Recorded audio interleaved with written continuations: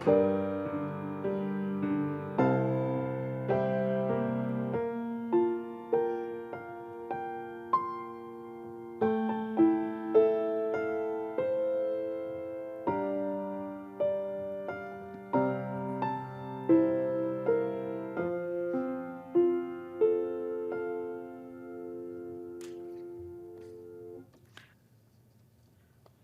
you, Mary, for that lovely prelude. I really appreciate your playing this morning. Thanks to all of those of you who are tuning in online this morning. I'm Greg Wilcox with Mission Integration, and this little devotion tomorrow, as I look out at an almost empty great room, is a kind of my nightmare come true. I have thought through the many years that I've been a pastor, what would happen if I did a church service or a devotion and nobody showed up for it? And I feel a little bit that way. We have gone to the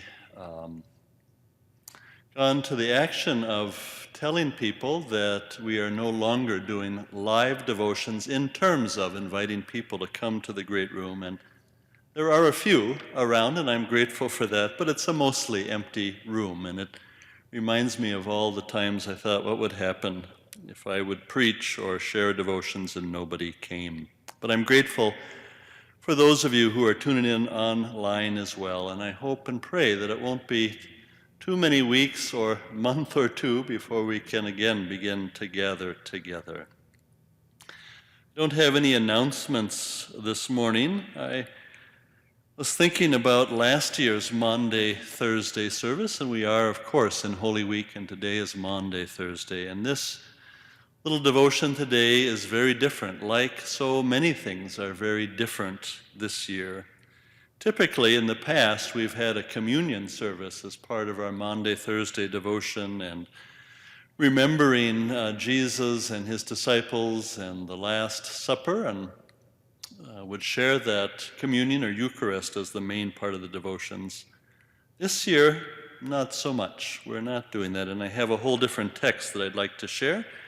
But I'd like to begin with a prayer this morning, and off of our prayer list, we're praying for the employees and those we serve in Brandon, South Dakota, and Brookings, Oregon, the Department of Internal Medicine and those they serve, prayer for family and friends who have lost a loved one or friend, and then our private prayer requests in the basket. So would you pray with me as we begin, please?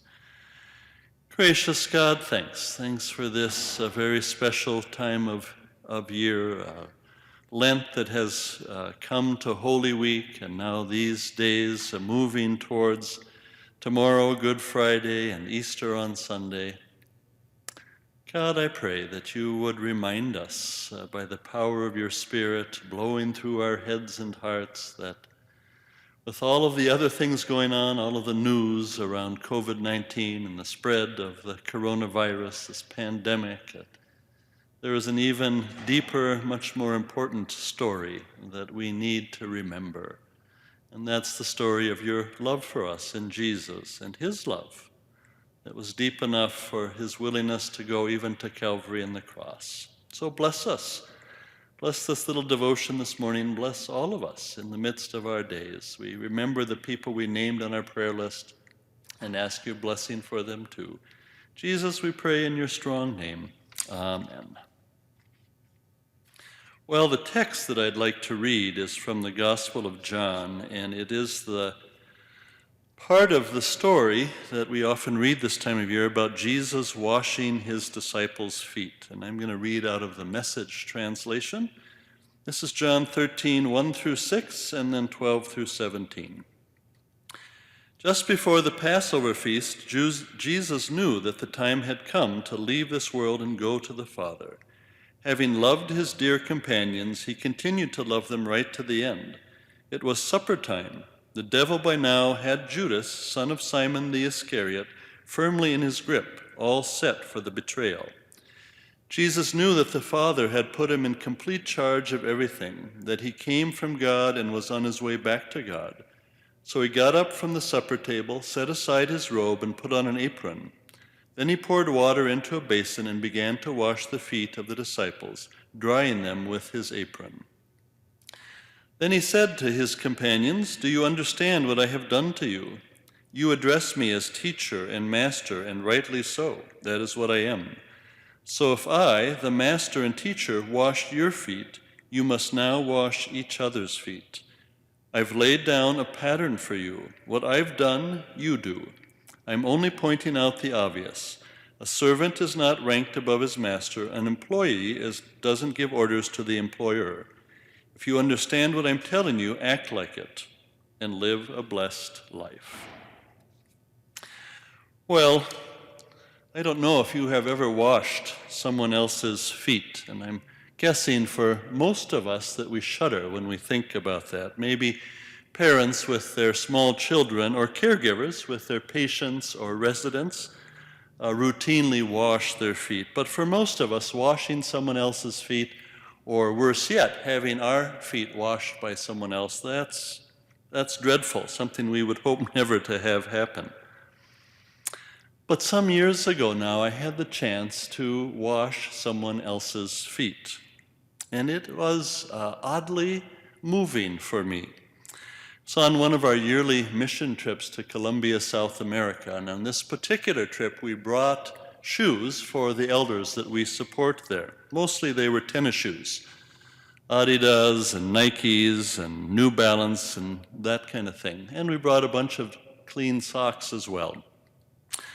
Well, this particular day that we were going to do this, we had the elders, and there were about 45 of them, sit around a big room, and we set up 3 stations, 3 foot washing and tennis shoe matching stations for the elders.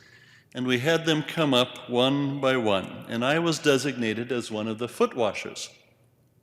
And so an elder would come and sit in the chair right in front of me, and I would greet him or her, and then I would remove their shoes and their socks, and I had a basin, and I would pour warm, clean water in the basin, and then I would take one foot and stick it in the basin, and with my hands begin to wash it gently, and then the other foot, and then I would dry them with a towel, and then put new socks on their feet. And then they would move to the chair next to me where they would be matched with the new tennis shoes. And just as I kind of looked out of the kind of a sidelong glance, I would see when they got their new tennis shoes, they would stand up and there'd be a big smile on their face as they kind of felt the feeling of those new shoes, and a number of them would even dance a little jig as they began moving in their new tennies, their Nikes or New Balance or whatever.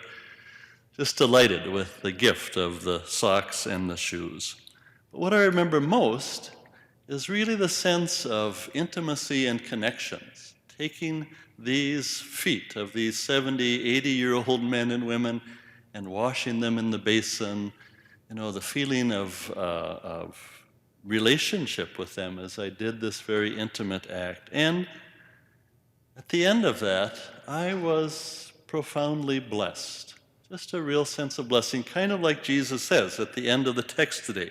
If you do this, if you take me seriously and you actually do it, you will be blessed. Well, Jesus is very clear in this text. He suggests this isn't a one-off. He says very clearly, it's not just something I'm doing. I want you to do exactly what I have done. I want you to follow my example. In the translation I read, he says, I'm laying down a pattern. You do what I have done. And I want to suggest that I think there are many ways that we can go about washing each other's feet, especially during these very challenging times.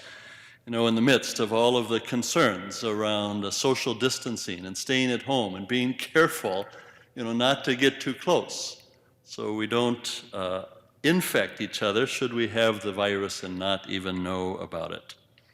But I think there are simple practical ways, and I've just come up with a few that I want to suggest today, and I know you could probably think of others. So here's some ideas in terms of foot washing or serving others in practical ways. When you go to the grocery store, don't take more than you need, especially of critical supplies, so that there'll be enough for others. Help others by staying home, socially distancing when you go out. For the neighbors around you who can't easily get out or who, because of their age or health conditions, shouldn't get out, offer to help them get the groceries or supplies that they need. Call or email or write a note to a family and friends to let them know you're thinking and praying for them during these really challenging times. For any healthcare workers you know, find a way to let them know how much you appreciate their sacrifice and service these days. Send a note to a nursing home, letting them know how grateful you are for the care they're giving residents. Send a note to a resident in a nursing home, letting them know they're not forgotten. When you see people from 6 feet or more away, smile at them and make sure the smile reaches your face and your body too, so they know you really mean it. For those of you who sew, make a few extra cloth masks for families and friends to wear when they're out in public. Donate to nonprofits that are helping during this pandemic, and I think especially of food shelves or food banks or homeless shelters. People who have no homes to shelter in are in special need of help these days. And I'm sure you can think of lots of other ways, so be creative with your compassion. Be creative in the ways that you try to serve others practically. On this Monday, Thursday, when we remember Jesus in those final days before he died, we remember his call to us to wash, quote unquote, each other's feet, and really to find simple, practical ways to serve one another.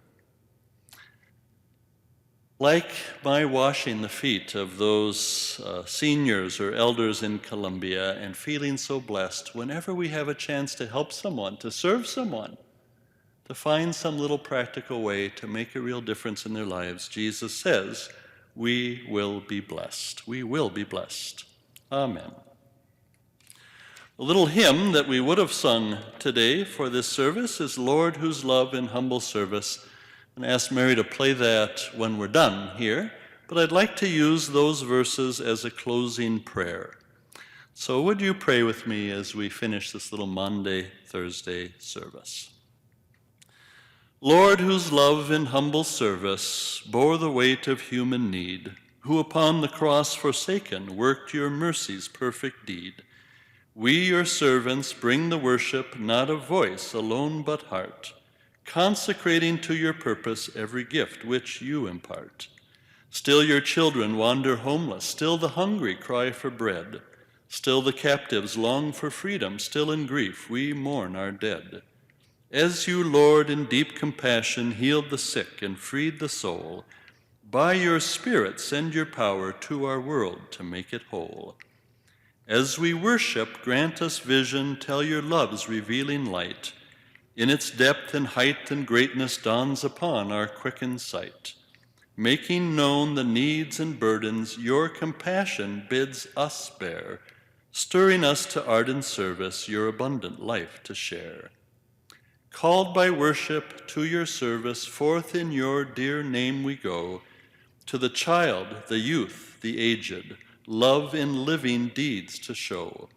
Hope and health, goodwill and comfort, counsel, aid, and peace we give, that your servants, Lord, in freedom, may your mercy know and live. Thanks for tuning in today. Have a blessed Monday, Thursday, and a blessed Holy Week. Bye.